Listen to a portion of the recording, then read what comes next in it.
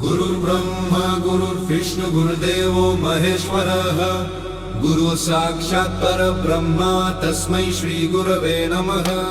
Welcome back to The Explainer. Today we're jumping into a poem that really gets at a feeling I think we all know, that deep down desire to just leave it all behind. I mean, really, have you ever felt that? That urge to escape the deadlines, the routine, the constant noise, and just float away somewhere quiet? I think we've all been there, right? Well, the poem we're about to blast off with takes that exact feeling and just launches it into space. Literally. We're not talking about a quick weekend trip. Nope. This is a one-way ticket to the stars. All right, let's get into it. The journey kicks off with our speaker making some pretty final preparations. And I'm not talking about just packing a suitcase.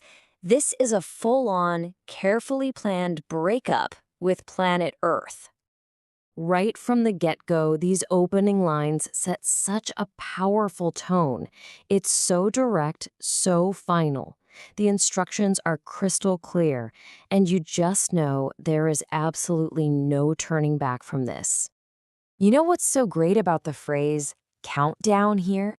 Is that it's doing double duty. Yeah, of course, it's the literal countdown before the rocket launches, but it's also a signal, isn't it? It's telling us this decision is irreversible. That clock is ticking down, and you can't hit snooze on this escape. And that just hammers the point home, doesn't it? This is a one-way trip. Asking to be crossed out of the phone book? I mean, wow. That's not just unsubscribing from a newsletter. That's symbolically deleting your entire social existence. He's basically becoming a ghost to the world he once knew. Okay, so he's cut ties with people? Check. But what about the rules that run our actual lives? You know, the big ones?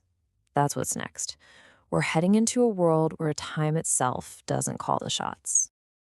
And here, the speaker is just reveling in this totally new kind of freedom. It's not just about getting away from your 9 to 5. It's about escaping the fundamental rules of life on Earth. Think about it. No more calendars, no changing seasons. He's literally got daylight on a switch. He is the absolute master of his own little world. And even something as simple as being able to doze off whenever he feels like it, that becomes the ultimate act of rebellion against the tyranny of the alarm clock, doesn't it? He's completely free, totally unbound by time. So now we get into the really deep stuff, the isolation. And this isn't something that's just happening to him. This is something he is actively choosing. But what's fascinating is how he completely flips the script. This isn't about being lonely. It's about a strange and powerful kind of freedom. I mean, he comes right out and compares his journey to being in prison. But, and this is the brilliant twist, it's a prison of his own making. A confinement that, for him, is the greatest liberation you can imagine. And he's using these super extreme words on purpose, right? To show just how total this isolation is. We're talking no mail, no visitors, and in today's world, that means no texts, no notifications, nothing. It's just him out there, completely alone in the cosmos. But this is where things get really cool. This solitude actually starts to change his physical reality. It's pretty mesmerizing, actually. He's not just some guy floating in a tin can anymore. He's becoming something else. And this line, this is the absolute heart of the poem. He isn't lonely. He is the gravitational center. Those teacups, they aren't just floating around randomly. No, they are orbiting him. He has become his own sun. All right, so our guy has become the king of his own little cosmos. So, what does he think about all of us back here on Earth? Well, this is where the poem gets really rebellious, maybe even a little bit cheeky. And this contrast is just perfect. You've got everyone back on Earth, glued to their TVs, tracking his every move like he's some kind of celebrity. But him, he couldn't care less. They're watching a game he's already quit. And that's the real kicker here. It's not that he's angry or bitter, it's just a complete and total indifference. All the drama, all the opinions, all the noise from humanity, for him, it's all just faded into cosmic static. Okay, let's bring it home. The final stanza. This is where it all comes together in this huge, triumphant, almost over-the-top farewell.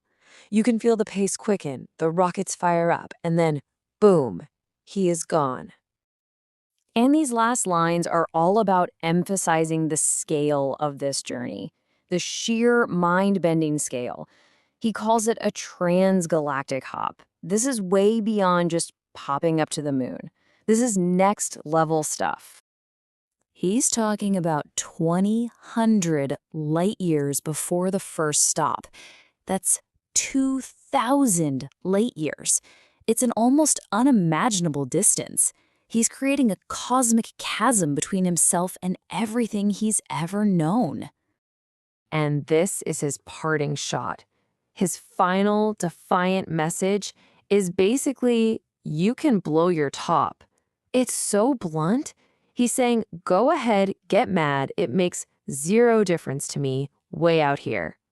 Earth's problems are not his problems anymore. So after this wild, liberating ride through space, what's the lasting message? What are we supposed to take away from this ultimate escape plan?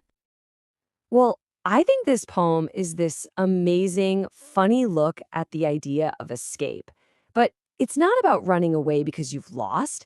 It's actually about triumph. It's about proactively and creatively building a brand new world just for you by your own rules. And so that kind of leaves us with one last thing to think about, a question to just let orbit in your mind for a bit. If you could create your own universe of one, what would it really look like?